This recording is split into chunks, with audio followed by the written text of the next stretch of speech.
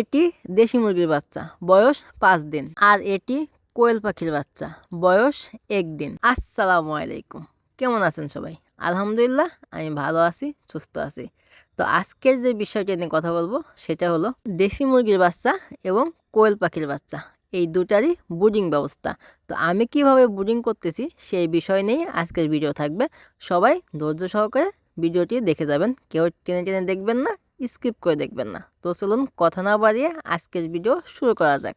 দেশি মুরগির বাচ্চা এবং কোয়েল পাখির বাচ্চা, দুটা বাচ্চা সেম প্রসেসিংয়ে আমরা ব্রুডিং করব।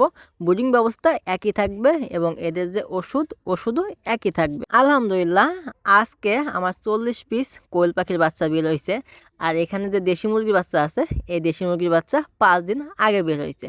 তো কোয়েল পাখির বাচ্চা আর দেশি মুরগির বাচ্চা আমি একসাথেই ব্রুডিং করতেছি, এক জায়গায় ব্রুডিং করতেছি। ওদের খাবার তালিকা, তো ওদের খাবার তালিকার ভিতরে থাকবে গুঁড়া ফিড।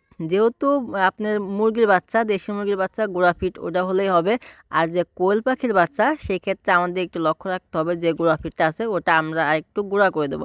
আর একটু গুঁড়া করে দিলে ওরা ভালোভাবে খেতে পারবে। এই জিনিসটা একটু আমাদের মাথায় রাখতে হবে বা খেয়াল রাখতে হবে। এখন আসি আমরা ওষুধ তালিকায়। তো আমরা 1 থেকে 15 দিন অবধি কি ওষুধ প্রয়োগ করব বা কি মেডিসিন দেব সেই বিষয় নিয়ে আজকে কথা বলবো। আমি এখানে আরেকটা কথা বলে রাখি, আপনারা কোনো সময়ও বাচ্চাগুলো যেদিনকে ধরেন বাচ্চা ডিম থেকে বের হয়েছে সেদিনকে সরাসরি ব্রুডিংয়ে দিবেন না। এই ভুলগুলো অনেকেই করে থাকে, তো এই ভুলগুলো করা যাবে না। মিনিমাম 24 ঘন্টা পার হওয়ার পরে তারপরে ব্রুডিং ব্যবস্থায় দিবেন, তাহলে বাচ্চাগুলো ঝরঝরে হবে, এখন বাচ্চাগুলো টিকসই হবে, বাচ্চাগুলো মারা যাবে না। এই ভুলগুলো কখনোই করবেন না। তো আমাদের ভালোভাবে একটা ব্রুডিং, যেখানে আমরা ব্রুডিং করব সেটা সুন্দরভাবে একটা জায়গা বানিয়ে নিতে হবে।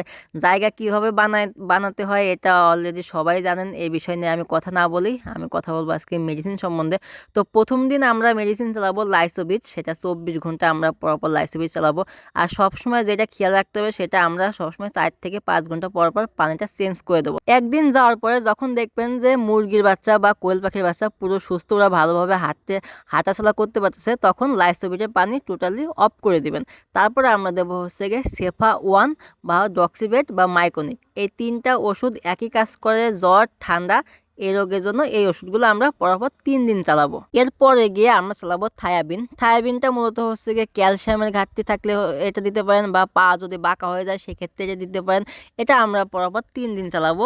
3 দিন পরে গিয়ে আমরা চালাবো জিঙ্ক। জিঙ্কটা হচ্ছে গিয়ে আপনার শরীর বৃদ্ধি করে, শরীরে গ্রোথ আনে এবং পুষ্টিহীনতা থাকলে পারে সেটা সমাধান করে। এভাবেই মূলত আমাদের 15 দিন এভাবেই চলে যাবে। সকাল বিকাল ওষুধ খাওয়ানোর পরে 15 দিন চলে যাবে। তারপরে ইনশাল্লাহ 15 দিন পরে আমাদের যে ডোজগুলো আছে সেই ডোজগুলো প্রয়োগ করতে হবে। আর এর মাঝখানে একটা কথা আমার বলা হয় নাই, সেটা হলো অবশ্যই ভ্যাকসিন করাইতে হবে।